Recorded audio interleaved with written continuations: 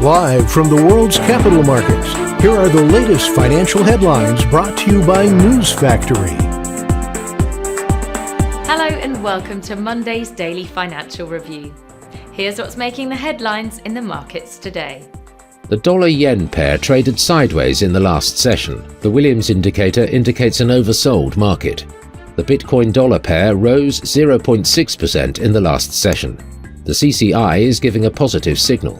The gold-dollar pair made a minor upwards correction in the last session, gaining 0.1%. The stochastic indicator is giving a positive signal.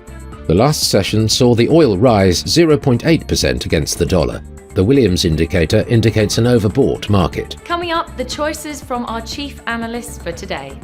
China International United Petroleum and Chemical Company, better known as UNIPEC, has chartered at least 10 tankers so far this month to transport Russian ESPO crude that's loaded from Kosmino port, according to traders and a shipbroker.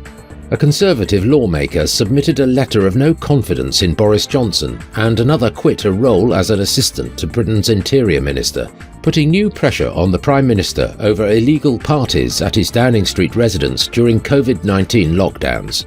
The pound-euro exchange rate is slipping. A poor forward outlook for the UK economy is continuing to pull the currency pair lower, as well as fears over a potential UK-EU trade war. Those were today's major economic events. And now, moving on to world financial headlines.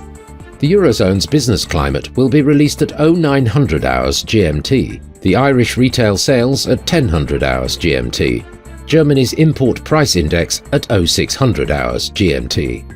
Japan's industrial production will be released at 2350 GMT, Japan's jobs applicants ratio at 2330 GMT, Japan's unemployment rate at 2330 GMT. We hope that you've enjoyed Monday's financial review. On behalf of all of us here, we wish you a productive trading day. Be sure to join us tomorrow morning for the latest news and events from the financial markets.